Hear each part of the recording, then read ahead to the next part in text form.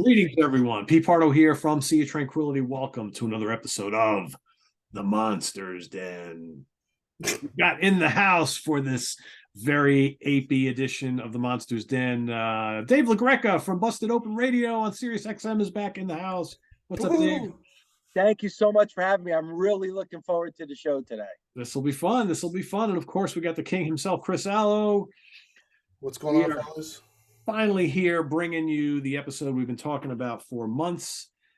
We just had to go and rewatch all these films, and amongst all the other stuff we've been watching for this show that we do every week, it's the amount of stuff that we have to watch is I'm almost now watching as much films as I am listening to music to talk about on this channel each and every day. But anyway, I digress. Planet of the Apes, 9 films. We're tackling all of them. So we're talking about the original films from the 70s, that film from 2001 by Tim Burton, as well as the 3 most recent films that started coming out in 2011. And we got one on the horizon, but that's a little ways down the road yet, so we're not going to wait for it. We're going to start with our number 9. We're going to rank them in order of preference, and I have a feeling we're going to have very different lists here, which is okay, right? So, Dave, kick us off with your number 9. It's Planet of the Apes 2001. I have a feeling we might all have the same number 9. I would think. But I actually, when I went and watched it the night that it opened, I was very disappointed. I didn't think it was even, and I'm not even a big Tim Burton fan. I didn't even think it was a good Tim Burton movie. It didn't even have the feel of a Tim Burton movie. The cast I thought was very good, but at the same time, it wasn't well acted. I thought the special effects were good, but at the same time, it seemed like the lighting and the settings weren't good. It just seemed off from beginning to end. I went back and I watched it to prepare for the show today. It's a little bit better than I thought it was when I originally saw it, but it's still not a very good movie. They tried to do their own Statue of Liberty ending that I thought felt really, really flat. But to me, it's a no-brainer. By far, my least favorite Apes movie is the 2001 Planet of the Apes. There you go. Chris. I agree with everything that Dave LaGreca said. 2001 Apes is a shitter. But yeah, the makeup looks great, but the costumes suck. I hate those that they're all walking around with like snails on their heads. Yeah, the cast is great, but the scripts suck. And I hate that. Yeah, they basically aped the ending that Pierre Boulle had in the original novel, which I remember. I also went opening night, just like Dave, and man, I remember being in that theater, and I was like, I know where this is going. I knew, and it's totally nonsensical. Not a great movie by any stretch. So yeah, that's my number 9. It's my number 9 as well. I mean, it looks like a Tim Burton movie, but I don't necessarily want Planet of the Apes movie to look like a Tim Burton movie, if that makes any sense at all. It's dark. He loves making these dark films, like lighting dark. And yeah, the cast is good. The makeup is really good. It's not a fun movie to watch, and most of these other movies are kind of fun. And I remember also seeing that in the theaters when it came out and walking out and being like, yeah, that really wasn't very good, and it hasn't held up well all these years. And there's a reason why almost nobody talks about that film anymore when you talk about Planet of the Apes movies. So yeah, number 9, that was the easiest one out of this whole list to do. So back to Dave. Yeah, I like that they brought back the Charlton Heston and Nova. What the hell's her name? I can't think of her real name. I thought that was cool. They brought down cameos in, but that's about it. All right, number 8. And this is if you would have asked me this 20, 30, 40 years ago, I would have given a different answer. But for me, number 8 is Battle of the Planet of the Apes. I was having this conversation with Chris not too long ago. It was a movie you just never really got to see that much. A lot of my exposure of the Apes series was during the 4:30 movie. And this was always the one movie that they didn't play on the 4:30 movie. So I only saw it as a child once, maybe twice, where I'd seen the other movies so many times, dozens. of times. Went back and watched it again. I love, the Claude Akins Aldo character. I think is very good, very hateable. Yep. The special effects obviously don't hold up. The story isn't great, but it's just that nostalgia factor is the reason why I still really appreciate this movie. But it's probably, of those original series movies, it's probably my least favorite. Number 8, Battle of the Planet of the Apes. Chris. All right, I agree with everything that Dave LaGreca said, but that is not my number 8. My number 8 is one that I know is high up on Mr. LaGreca's list, and this is completely false advertising. 2017's War for the Planet of the Apes. This movie it says it right there. War for the Planet of the Apes. But there's no fucking war in this movie. There is a really cool little bit of battle in the beginning where they have like the big hulking gorilla apes that they call donkeys that the humans are using. They like carry rockets and shit. And I thought that was really cool.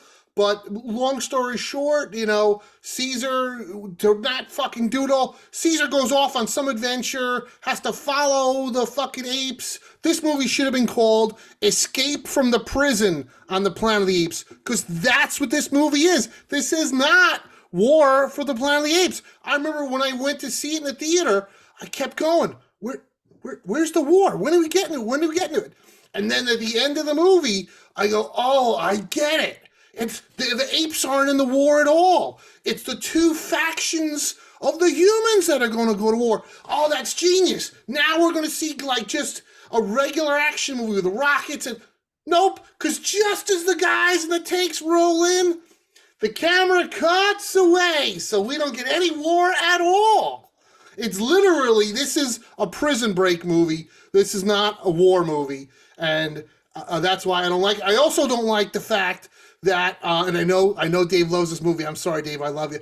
But I also don't like the fact that in all the other Apes movies, there's always, people, there's humans and apes on both sides that you can kind of identify with, except in this one. The only human that's not an asshole is a little girl who doesn't even fucking talk.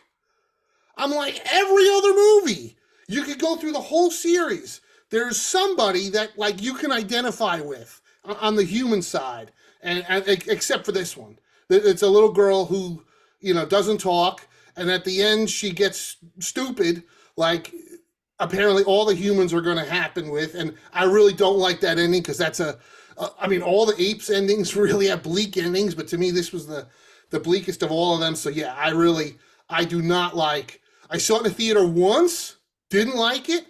I have multiple copies of every version of all the Apes movies. VHS, Laserdisc, DVD, Blu-ray. I will buy them again on 4K, except I refuse to purchase this movie. I have every one except this one. So that's my number 8. Looks really good on 4K. I'm sure it does. I had to tape it off cable, and I watched it off cable, and that was it. Hell, I've even got this. I had them all. All this was, where has it go? Yeah. This is one of those DVD. You guys remember, they went crazy. I already owned them all. This is a brick of DVDs, but it didn't matter because I wanted it for the Caesar head with real lifelike hair. But I have the apes so many times. But yeah, I am not rebuying War, or maybe we should call it. I'm going to call it Skirmish on the Planet of the Apes. All right, but let me ask you this, Chris. Yes. Do you not own a copy of this movie? Yes. Nothing. This is the only one I do not own a single copy. Every other one I have multiple copies, except that one. I just, to me, it's like the Batman, or, I'm just like, you know what? In my old age, and I've bought a lot of shit, I'm like, I'm not going to drop $20 on something that's going to sit on a shelf, and I'm never going to watch it again. I've only seen Skirmish or Escape from the Prison Planet on the Planet of the Apes twice. I saw it once in a theater, and about 2-3 months ago, I taped it off the DVR off cable. And I think it could have been great, but it just rubbed me wrong that it's a prison break movie. It was great, Chris. It was great. More on that a bit Yes. later, I think, right? And I will say, you guys didn't see it because we were off camera, but Chris was very lovingly fixing the hair on his little ape. Oh, sure. Tape. Me and this little guy have been through a lot together. It is a little too furry, but that's all right. Oh man. All right, my number 8 is the 1970 movie, the sequel to the very first movie, Beneath the Planet of the Apes, which I have on this Blu-ray set here. I love the first movie. It's a classic, right? The second movie, to me, always seemed really rushed. Where's Charlton Heston? We don't know. Who's this other guy? Well, it's almost, to me, it's almost like they wanted to kind of repeat the formula. So let's send some more astronauts back into the future. Here they are. All right, and then all of a sudden you got these mutated humans and all this weird sci-fi stuff that makes no sense. To me, I think the second movie is a complete mess. I find all the other films of the original series very, very watchable. I don't like Beneath at all. I remember back in the day, I was like, yeah, that's pretty good. And I rewatched it again recently, and I'm like, there's nothing about this movie that I like. And it's great you get to see Charlton Heston at the end of the movie, which is kind of cool. But then, of course, he dies. Everybody dies. It's like, all right, whatever. Armageddon, poof, done. I don't know. It's a mess of a movie. I don't like it. Beneath the Planet of the Apes, number 8. Back to Dave. All right. At number 7, I have Beneath of the Planet of the Apes. To me, I agree with you. It's definitely, when you look at what you saw with the first movie and then this, you could tell they had a smaller budget. You could tell it was rushed. James Franciscus may be the worst actor of all time. Like, I thought George C. Scott got the award for overacting. Not when you see James Franciscus in this movie. I do find the story a little interesting. I find the mutants at the end of the movie very interesting. I always love the ending of Beneath, but to me, yes, when you look at the acting, that you only get Charlton Heston for a few minutes at the beginning and then a few minutes at the end, you definitely feel that lack. And then you don't have Roddy McDowall right as Cornelius in that movie, which is like, I mean, I got to give them credit. They found somebody that looked almost like Roddy McDowall. If you didn't know, you wouldn't even, you don't miss a beat. But of course, he was out making Tam Lin at the time, so he wasn't available. Yeah. But I love the characters. I love General Ursus in this movie. I do really appreciate. But I think like you said, Pete, it's just from the first movie to this, it's definitely a large gap between these two movies. And again, James Franciscus is absolutely awful in his character. So at number 7, Beneath the Planet of the Apes. I just don't get the whole mutant thing. I'm like, where's this come from? They don't reference this anywhere. I don't know. To me, the movie they tried too hard to make a really offbeat science fiction movie, and none of the other movies are like that. So I don't know. That just doesn't work for me. But anyway, Chris. All right, I'm offended because I like James Franciscus, but he also stars in the greatest bad movie of all time, Great White, which is a personal favorite of mine. I don't know if you've ever seen that, Dave. No. It's the greatest Jaws ripoff ever. I'll have to show you one day. All right, my number 7, Rise of the Planet of the Apes from 2011. Listen, it's not a terrible movie. I'm not going to shit on it. It's just I'm ranking them my favorites. Yes. It's not my favorite. It's not bad. I saw it in the theater. I saw it a couple times at home. I rewatched it, and it is pretty good. I kind of like how it's. There's a lot of Easter eggs. They show the Icarus spaceship launching, and there's a lot of throwback, a lot of callback lines like "Take your paws off me, you damn dirty ape" and stuff like that. It's fun. The battle sequence at the end on the bridge and all is cool. It was a great setup for the future sequels. I will say this too.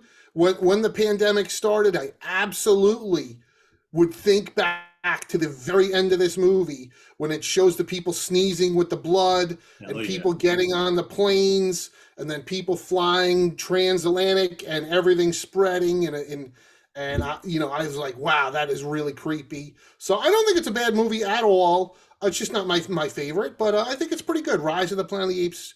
But listen, the other thing that bums me out, I am a makeup and special effects guy. I am bummed that it's all CGI apes in this new trilogy. I would have loved, the Rick Baker makeups were really good. And I think that proved that you could do makeup if you wanted. I guess in the new trilogy, they are more ape-like because they can make them skinny and fat and whatever. And listen, it's probably cheaper because you're not spending hours upon hours at a time doing makeup on each individual actor, but I miss it. And so that brings it down a couple pegs for me, but it's not a bad movie. You gotta admit, they do look fantastic though, right? They are real real actors that they're just doing the CGI over. Yes, I mean, they do look pretty good. Yeah. But I'd rather have guys in suits. But listen, I'm the guy that would rather have Godzilla in a suit than a computer-generated Godzilla or a computer-generated King Kong. Oh, yeah. Yep. You bring up something really good, which I think Dave and I probably will both talk about in a little bit. But there's a lot of symbolism in these later movies that are so indicative of things that have been going on in the world real recently, and especially I think in war, there's some stuff going on there where following false prophets and then all the stuff like that, things that have been happening in recent years in the world that they kind of hone in on pretty well in these films. And yeah, the whole thing with the sickness and everything, people sneezing all over the place. But that was God, a bunch of years before it actually became a reality for us, right? Yep. So, God, like 11 years. Yeah. Oh yeah, here's a Cornelius figure from Japan. I forget who did these. Medicom Japan. There was 19 of them, but I have like 30 of them because I have lots of them in doubles. Very cool. All right, Dave, back to you. All right, at number 6, I have Escape from the Planet of the Apes. I got my Escape from the Planet of the Apes book and record. Nice. That I got back in the day at Two Guys in Garfield, New Jersey. A store that's long gone. I actually have all of them. I have Beneath and Battle and Planet of the Apes. Also, my Planet of the Apes coloring books I have as well. So I think we all kind of enjoyed, collect this. This was Star Wars before Star Wars. On the nose. I always compared it because, you guys are music guys. I always looked at Star Wars like Kiss. And I always looked at Planet of the Apes like Black Sabbath. Like it was a little bit more darker. I just love collecting all this, the Cornelius, the back in the day dolls and stuff like that. I have that one as well. Yeah. And Escape is one of the movies, I think, from that original franchise that over time I actually enjoy more than when I was a kid. When I first watched it on the 4:30 movie as a kid, it was probably one of my least favorite. I found the story a little bit boring. Didn't seem like there was a lot of action at all till the end of the movie with Dr. Hassline. But the more I watch it and the older I get, the more I appreciate it. And I just kind of love them, where you think that, hey, the humans are going to appreciate the apes much more than the apes appreciated humans. But at the end of the day, it had the same kind of outcome. And I just love it. Listen, from here on out, all these movies I love. But at number 6, Escape from the Planet of the Apes. And I was so excited to hear Dave's pick that I completely forgot to talk about my number 7. Oh, geez. What was your number? I'm sorry, Pete. That's my fault. I totally forgot. I was like, yeah. My number 7 is Battle for the Planet of the Apes. For everything that Dave said before, I enjoy it. It just seems like they didn't have a lot of money to work with, and the acting's really good in it, and it seemed like kind of thrown together very, very quickly. But I do enjoy it.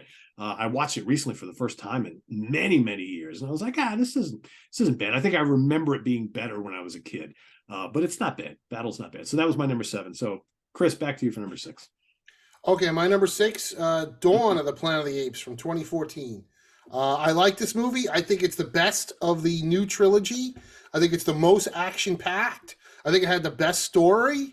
And again, it had Jason Clarke and Felicity. It had the good guy humans that I could, associate with. I think this was really good. Had a lot of good action in it. It's a shame that the third one wasn't as good in my book, but I really like this one. And when I re-watched the new trilogy, I was like, yeah, that Dawn of the Planet of the Apes, I thought that was the best one. And I thought it was cool how, unfortunately, the humans and the apes are, even if they didn't want to, they're drawn into a war because of their collective sides and the other people on their sides. But I thought it was a well done movie. But I will never take any of these new movies over the originals. Obviously. Yeah, it seems that way. My number 6 is Escape from the Planet of the Apes of 71. Good film. I Dave brought up a good point. I remember as a kid, I didn't like this one at all because it seemed like, you go through stretches where there's not much going on. I like the whole idea of the two of them escaping, the Armageddon and traveling back in time and like role reversal, right? It's kind of cool. And I also think it's pretty cool that how the humans at first are infatuated with them, but a little leery. And as you go through the film, they're like, yeah, she's going to have a baby. And they're already kind of, the wheels are turning. It's like, well, how could they possibly foreshadow that the apes could eventually take over the world, right? How do they know that? But they guess correctly, right? So, but yeah, it's a good film. I think out of maybe the least action-packed of the original films, right? But still really well acted. It's good to see Roddy back. The two of them make such a great pair in these films. So yeah, I like it. It's good. But it's my number 6. All right, my number 5. This is the first of the newer franchise movies. Rise of the Planet of the Apes at number 5. Again, Franco, not one of my favorite actors out there, but he does an excellent job in this movie. And I think this might be the best movie he's ever been in. And again, the first part of the movie, I love the story about the drug that they're trying to get to cure Alzheimer's. I think that's a great story. You feel for the father in that first part. But then from that middle all the way to the end, it's all about Caesar and about really connecting with Caesar. And then you just see the rise of what's about to happen for that next movie. And like you guys said, it's really eerie watching it now with everything that happened with COVID. During that whole lockdown, I couldn't watch the movie knowing how Rise ended, like you said, with the nosebleed of the airline pilot and walking in the terminal. But excellent. I think an excellent movie. It really kicked off this newer part of the franchise, which I think all 3 movies to me are excellent. And like you said, Pete, there's not many movie franchises where you can look at the newer reboot and say, wow, they've done at least almost as good as the original. I think they almost did it none. Almost. Yeah. Yeah. I mean, almost. But you know what? Like, and again, you could tell, unlike you, Chris, like, I think the upper echelon of my list is going to be a lot of these newer movies. But I love Rise. It's an excellent movie, and it's my number 5. Chris, what do you got? All right, I'm at 5. Okay, yeah. My number 5 is Escape from the Planet of the Apes from 1971. Yeah, it's the least action-packed. I really didn't like it as much as a kid. I think it is a really well done movie, but it's not the action movie. It's the tragic love story. Yep. And that's what I think makes it the most unique out of all 9 of these movies, because it is, a tragic love story as opposed to any kind of action movie. But yeah, I think I like it. It's not my favorite, but it's still a classic, and there's some still very funny parts in it. Early on in the movie, and yeah, that's my number 5. And here's my Mego gorilla. I have, I think, 20 of these, and here's the Mego bendy gorilla, and here's a little tiny. I have the set somewhere. Here's a little tiny Dr. Zaius from multiple NPC toy makers, and yeah, very cool. Yeah, just a couple of stupid things. Grape Juice Plus. Yes. And they actually finally now have merchandise from Escape from the Planet of the Apes. They recently came out with a Zira in the outfit, you know, in the dress that she wore. So I'm waiting for the Cornelius to come out in the men's dress suit. Very cool. Yeah, no shortage of stuff out there to buy, right? I wish there was. All right, my number 5 is Rise of the Planet of the Apes from 2011. Yeah, I remember going to see this in the theaters when it first came out, and I was skeptical because I have such warm memories of the original films, and walking out saying, "Wow, that was really, really well done. I enjoyed it a lot." I love how they make you feel so strongly for the little family relationship between the hell's his name again? Franco. Franco, yes. Between his character and his father and Caesar, right? He's like a pet kind of, right?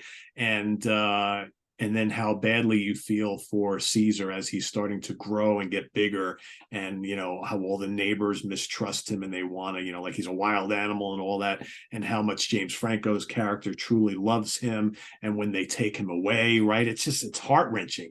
And I really like that kind of element in this. And then I love the way the film unfolds. And what I think is really cool about these newer films is they take bits and pieces from all the earlier films from the 70s. None of them is a direct remake of any of them, but they kind of that's why I think reimagining is a great way to talk about it, because it's like they feel familiar, but they're not there's not one film that is an exact remake of Escape or for Battle or for Dawn, right? But there's elements of all the films that you kind of see throughout these, and they make them completely different films, which I think is really good. Whereas the 2001 Tim Burton film feels kind of like a cheap knockoff of the original, right? Where these do not. So I like this one a lot. I could have ranked it higher, but I think right in the middle is pretty good. Rise is my number 5. It's funny, Pete. So far, our lists are almost identical. Pretty much at this point. So far, pretty much. All right, number 4. And if you guys don't mind, I have Conquest of the Planet of the Apes, but I'm gonna pick the director's cut of that movie. Watching it with you, Chris, and I'd never seen it before. I went to your house and you were good enough to play it for me. I love that director's cut more than the theatrical cut. I really do. Sure. Like, not even just for there's blood. And Chris and Pete, watching that at Chris's house, where you've seen a movie. I mean, I must have seen Conquest 50 times in my life. And to see a movie that you've seen that many times and see that extra added footage, it really did blow me away. But even some of the extra dialogue that was in that movie as well. Just like I said with Escape and Beneath, you could tell that they were working with a very small budget in that movie. You could tell from a lot of the apes that it was just plastic masks or just rubber masks that they were using. But it doesn't take away from any of the magic. I love the story. I love the fact that you really are falling in love with that Caesar character. Conquest number 4 for me. Roddy McDowall is amazing in that film. Amazing. Oh yeah. Yes. This, you know what, Pete? This might be his best performance of any of the 8 movies. Yeah. I'd agree. Yeah, I would agree. Chris, what do you got for number 4? Number 4. All right, yeah, Battle for the Planet of the Apes. It's not the greatest by any stretch. But the reason I put it above Escape was, technically speaking, I think Escape is probably the better movie. But if you ask me right now, which movie would I rather watch? I'm going to go for Battle. Just because it does have, gorillas and humans shooting each other and explosions and jeeps. And it's got the mutant humans before they became mutant. And it does tie closely into Conquest. So, yeah, it is kind of shitty looking at times. They really should have put a lot more money into it, but they knew they were heading out of the film series and heading into TV. But hey, that's when the merchandise all kicked in, between Battle and the TV show. So yeah, I think that's my number. That's my number 4. Oh, this is my Lisa costume. Oh, wow. Battle for the Planet of the Apes. It's got the costume inside, but yeah, I picked this up not that long ago from some toy show. That's amazing. Just think they cranked out 5 films in, I mean, all these films in like 5 years. Yeah, they really were. They were hustling. Yeah, they were. And they had, and this is the amazing thing too. They had no fucking plan. They had no plan. They did the first one, then they were like, okay, let's make a second one. Charlton Heston's barely in the second one because they had to beg him to do it. Yeah. And then they finally agreed on, all right, he'll do it, but you've only got a couple days with him, so we're going to put him in the beginning and the end. Then they blow up the entire world, and then they were like, oh, we made a lot of money. We got to do a third one. So they just came up with that idea, which is totally insane. If it wasn't for that idea of sending Zira and Cornelius back to modern times, who knows what would happen with the rest of the series, because that was not planned at all. Yeah, they're all filmed out of order and stuff, so it's crazy, Yeah. But that's the thing. There was no plan whatsoever. I will say this, Chris, the ending of Battle used to freak me out when I was a kid. When they have the statue of Caesar and it ends with the tear. Yes. Rolling. That used to, I remember being a little kid, that used to freak me out. And I'll say, for a film series that is, somewhat claimed to be, aimed at kids, even the 5th one is so fucking bleak. I mean, I can't believe they killed Caesar's young son. I'm like, wait, what? Like, this is a movie that you claim is for kids, and the child star of the movie, you just have the villain murder him. Crazy. And then, then the Caesar statue crying because he knows things are all fucked up. And in one of the versions, right, it was filmed, or I forget, because I haven't watched the Battle director's cut in a while. But wasn't there was a supposed to be a fight, or I think between like an ape kid and a one of the gorilla kids. I think there is a fight, but I think it was supposed to be like another murder in the original script. So yeah, those all the movies, really, the original 5, they're all pretty bleak. Yeah, sure. All right, number 4 for me is Dawn from 2014. Great cinematography in this film. Really great cinematography here. I like the cast. I think I agree with Chris having Gary Oldman and Kerry Russell and the whole, and Jason Clarke in this movie, I think adds a bit of legitimacy to it, which I really like. There's some good action scenes in here. The CGI apes look great. I love their like home in the kind of the woods. I think looks great. Them going on the trees and stuff. It's really, really well done. I almost rank this as my highest of the 3 newer ones.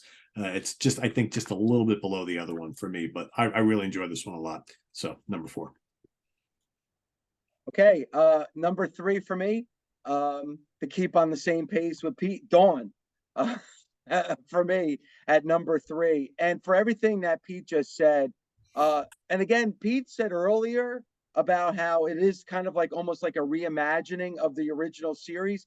You really feel it in this movie, like Battle, because like you were saying, Chris, with the Aldo character killing Caesar's son, you had the same thing with Koba in this movie. And, Caesar having that same, you had that, it's like, all right, they're not remaking it, but you have that same feeling like you're watching Battle for the Planet of the Apes. Again, I love the Caesar character in this movie as well. You mentioned Gary Oldman.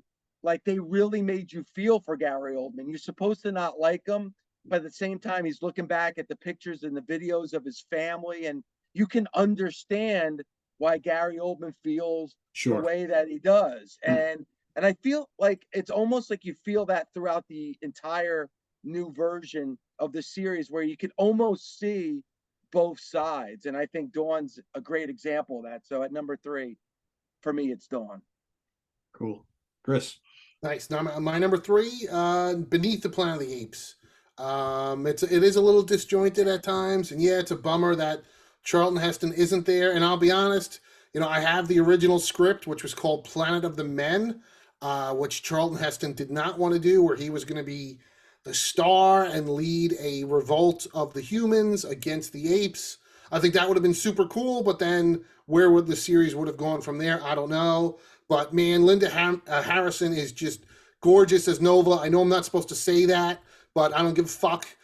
She looks amazing. I love James Franciscus. He stars in one of my favorite movies, Great White. And hell, if you squint, it looks like you're looking at Charlton Heston. I think General Ursus is an awesome character. I love the mutants.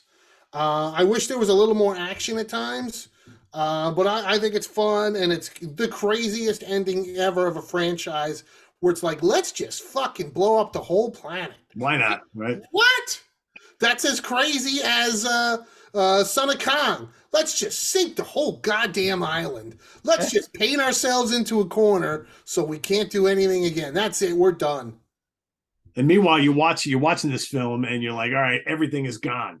There's no way. And then the next movie, oh, but wait a second. Somehow they got on one of the ships and got out of there. It's like, yeah, I don't know about that. I mean, the like story they were was there with everybody else, Yeah, I mean, I believe the story was Paul Den got who had written the second one, right? Got the phone call of, okay, the planet's blowing up. Figure out a way to do a third one, and to do it cheaper than we did the second one. Of course. Even though these films were making money. Well, that's the thing. They were making money, and the other thing too to keep in mind for people not that don't remember back then, sequels was not a big thing. Right. Sequels was not a thing in the late 60s, early 70s. They were very rare, and that was why Charlton Heston did not want to come back for the second one. Today, he would have been under contract for a trilogy from the beginning, and he would have had payouts that went up as the movies went along. But back then it was one movie, and he's like, I'm not fucking doing that. I'm not doing another movie. And so they had to do what they did. But yeah, this was a real rarity. And really the sequel thing didn't really kick in until later in the 70s, and of course, in the 80s is when it really hit hyperdrive. Right. And listen, we're still dealing with that today. Oh, yeah. It's funny, Chris, because you're right, because if that happened today, each sequel would probably had a bigger budget than the movie before too, so you would have been a completely different sequel. Absolutely. Would have been everybody would have been under contract, and then maybe they would blow the world up at the third movie, not the second movie.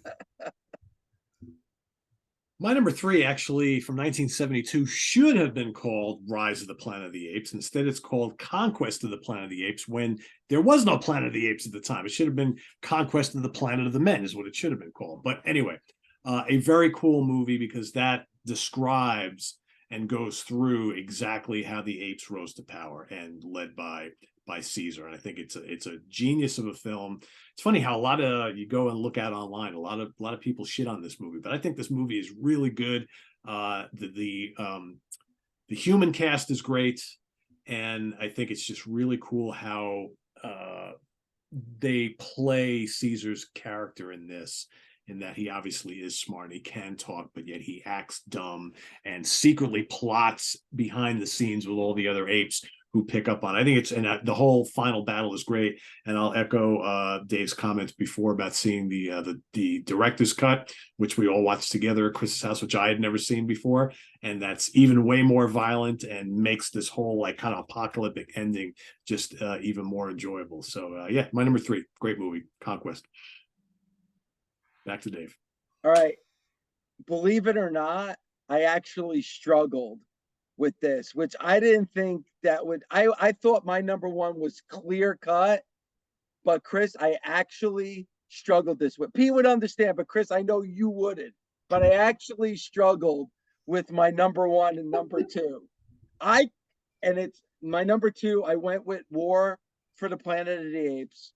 I love this movie. Chris, everything that you said, I think completely the opposite. But Dave, you got to admit, there's it's not a war. but it tells you the struggles of war, and it tells you both sides of the war, and understanding why they're doing what they're doing. I like Woody Harrelson, I thought is fantastic in this movie, and I felt for him. And then his demise later on in the movie, you hate this guy throughout the movie, and when that ending happens, you actually feel for him. It's a dark movie. The ending is very dark, but I actually shed a tear when watching the end of this movie. I got emotional watching this movie and how it ends. And for those who didn't watch it at this point, I would think anybody that's watching this has probably watched all these movies. But that's a very emotional ending, and I think the perfect ending for this movie, because you fall in love with this Caesar character, and after everything that he goes through in this movie, you're like, all right, he found his goal, the goal that he wanted. He finally was able to achieve it by the end of that movie. I think I hate to use this word, but it's an epic movie. And there are times when I was thinking about writing this list that I actually thought of putting this movie number one. And I knew I would get heat for doing it, but but you know what? I'm gonna go with another movie at one. I'm going with War at number two. I'll say this: I really like Bad Ape, the Bad Ape character in War for the Planet of the Apes, right? Because he was in that one, right? The third one. That I thought he was very funny. I want more of him in the next one. Because and like again, the tip of the cap to the original series. You have the mute girl called Nova. I love the fact that Caesar's son is Cornelius. And there's a lot of throwbacks to the original series, but like Pete said, it's a reimagining. So it's not direct, but it has the same kind of feel, which I think I enjoy even more. Number two, War. Chris. On my number two, 1968's original Planet of the Apes. This was a tough one, but it's, again, if you ask me right now, which one do you want to watch? This is my second one that I would go with. It's set the standard. It's one of the most iconic endings in film history. But it's definitely more of a sci-fi movie than an action movie. And I love action. I crave it like a drug addict. So I think that's what brings it down just a smidge. But I love it. I mean, it's the reason I have all this crap around my house. This is they made only two of these, Cornelius and Dr. Zaius. I have the Dr. Zaius somewhere, but this one is floating around here. This one actually says Galen, which I didn't even realize that. Wow. The blue one is Dr. Zaius. But yeah, anyway, that's my number two. I love it, but if I could only watch one Apes movie, that's going to be second on my list. Cool. My number two is War. God, I could say a lot about this. Part of the, Dave mentioned the Woody Harrelson character, who you really hate through most of the film, and then at the end you kind of understand why he's such a scumbag. And I remember the first time I was watching this movie, I'm like, God, his character reminds me so much of Colonel Kurtz from Apocalypse Now. He's kind of like that false prophet guy who just happens to be in a situation and he's maybe kind of losing his marbles. The world that he knew is no longer, and he's in a position of power where he can kind of do and say whatever he wants, and people follow him blindly, even apes following him, right? Because they don't really have much of a choice. But when you really start to get to know this character, you're like, all right, maybe he's kind of didn't really want to be this way, but he's just kind of stuck in what he's doing now. And at the end, he's almost like, just kill me, right? Just kill me. Very, very similar characters, I think. I agree with everything Dave said about the beloved Caesar character, because I think by the time you get to this film, you love this ape. You love this character so much. And he is a true warrior and a true leader. And by the end of this film, it's almost like the only way that it can end is for him to finally die after all he's been through. But he gets his people to safety. And after all he's been through, he kind of passed everything on to them, and he can kind of go on with his life now. And I think they did a very good job of building him up that way throughout the 3 films. I really like it. In a way, I kind of, it shouldn't have been titled War for the Planet of the Apes. I agree with Chris. Should have been titled something else. But I think there's enough conflict in here. But again, you're right, Chris. The apes are kind of drawn in the middle here. Yeah. And maybe they don't go enough into the war between the humans going on here. But I still think it's a fabulous movie, and I want to see more. So I know they're making Kingdom, I guess, is next whenever that comes out. I think these films look great. The whole like last half of the movie, and then the snow and everything. It just looks fantastic. And yeah, it's my number 2. Love it. And you know what, Pete? Like, I think when it came out, it was the number 1 movie. I think it did very well at the box office, but I really thought it didn't get the recognition it deserved. It kind of was out there, it did well, and then it was gone.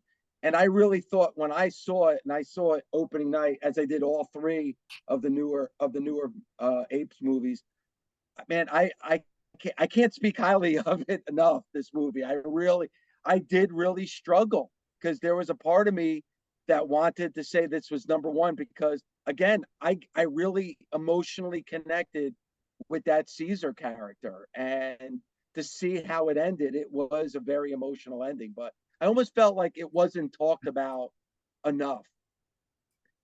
Yeah, and I don't know, maybe, I mean, this was 2017, right? I don't know. It seemed like the first 2 got a little bit more press, but I mean, all 3 made a lot of money.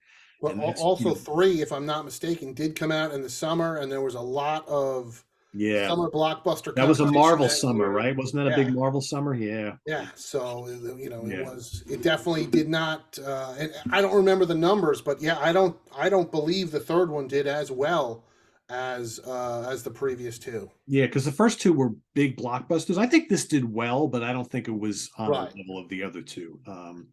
Yeah, Dave, I'm with you. I struggle with this quite a bit, because I have such a long history. I mean, I probably saw the original films before you guys did, because I'm a little bit older. But I worshiped these movies when I was growing up and a kid, and I've enjoyed them throughout my life. But I think the newer films, out of all these franchises that we've seen, remakes and reboots and reimaginings or whatnot, I think these are really well done. Whereas most of the other ones, I'm kind of like real hit or miss on, and in most cases miss. So I think this is an exception for me, whereas I still do like the originals, because there's a charm there and we have history with them. But man, these new ones give them a run for their money. And I don't say that too often about reimaginings or reboots. So it's very rare. So I think they did a really good job with these. Number 1. All right, my number 1, obviously it's the original Planet of the Apes. I mean, everything that's been said has been said when it comes to this movie. I wish I would have been able to see this movie and not know how it was going to end. I think by the time I saw this, I already knew about the Statue of Liberty. I already knew that, this was Earth. I would have loved to have gone back into time and to have seen this in the theater when it first came out, to have that shock of what that ending truly was, and to be able to feel it. But you still feel the effects. I think it's maybe the best ending to a movie I've ever seen. I mean, it's absolutely amazing. And Chris, I understand why you love this original series as much as you do. I think it starts from that first movie. You identify, you understand all these characters. Charlton Heston's fantastic in this movie as well. Grow up watching the 4:30 movie. It was in 2 parts, if you remember. It was on Monday and Tuesday. Which is why Battle got bumped. Yep, that's why Battle got bumped. It's a great Roddy McDowall, Kim Hunter as Zira. Cast is incredible. I could watch Roddy McDowall in 100 different movies. He's always going to be Cornelius, and the same thing with Kim Hunter. She's always going to be Zira, and Charlton Heston is always going to be Taylor Bright Eyes. So It's just an amazing movie, and started what I feel in my heart is the greatest movie franchise of all time. Yeah, I don't know about you guys, but what it's funny because growing up with these films and being so into Roddy McDowall acting in them, you ever like watch any of his other films, non-ape movies, and you see like little mannerisms he does? I'm like, there's Cornelius right Oh, there. for sure, 100%. And When there's he a walks and the yeah, little twitches he does and things like that. Yeah. yeah, and I know there's a famous story with when they were shooting Escape, and that they were doing Roddy McDowall and Kim Hunter were doing some scenes in the courtroom, and they the way they were doing them, they didn't have to have close-ups on them. I think they were shooting them from behind, and they were telling them, that they didn't have to, do the makeup for the scene, and they were like they couldn't do it.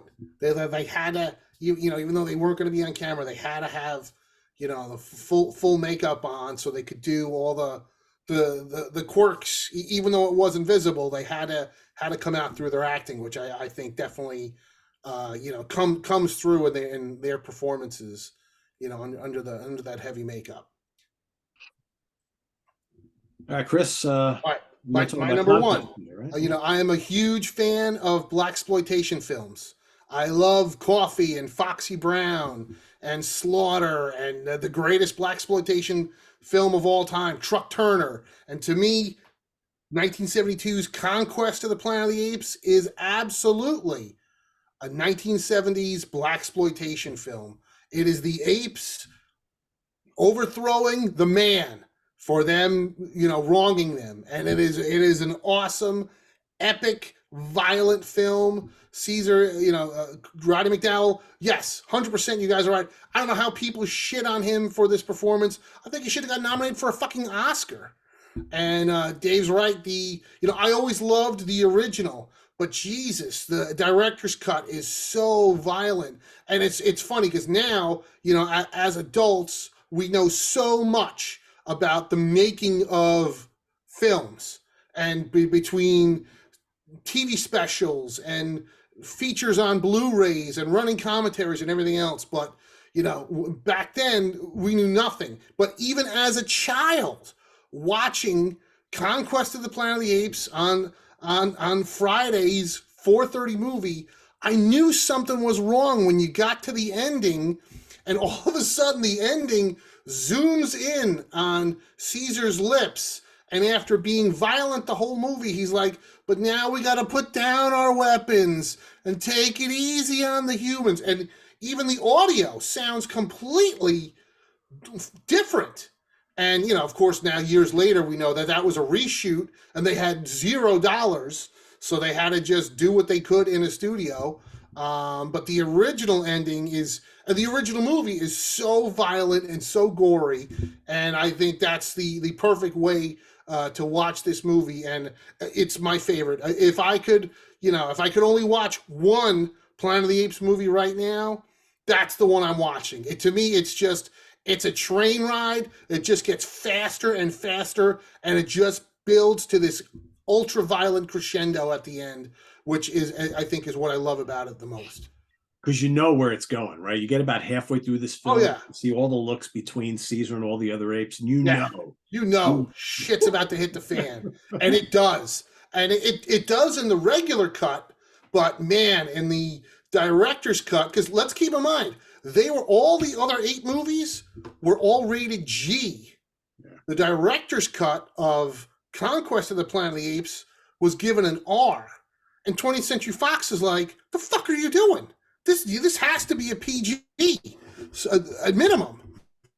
All the others are G. So they cut it down as best they could and fixed the ending to tone it down. But man, that original version is just so powerful.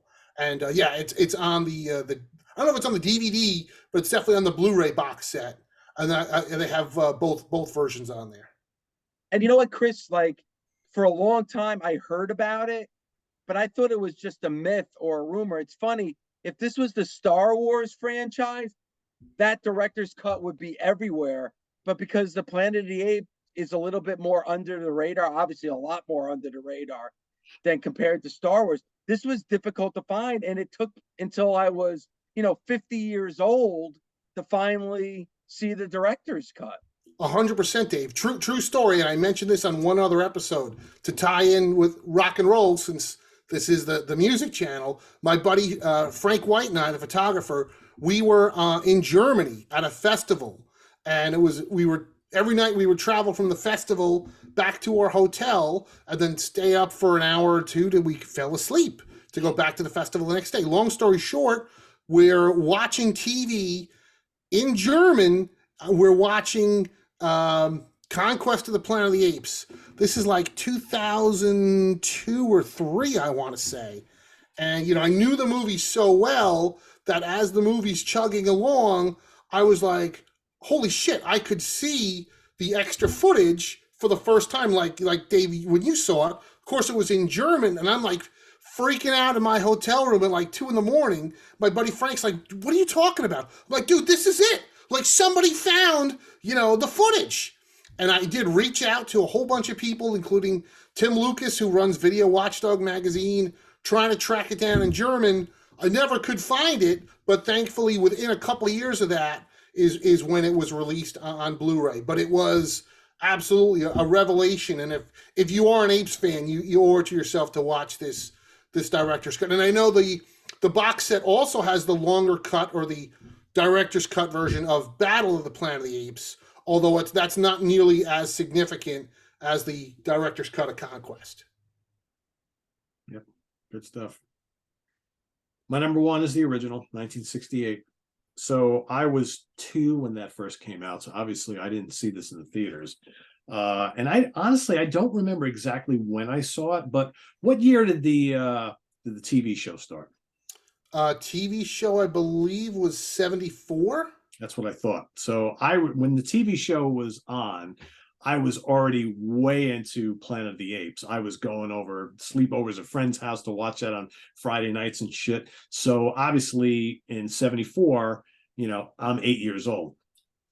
So I probably saw the original Planet of the Apes on TV 72, 73, maybe 71. Pretty young, 4 or 5 years old, maybe 6. But I remember being just blown away by the film, and what an ending, even though, how young was I?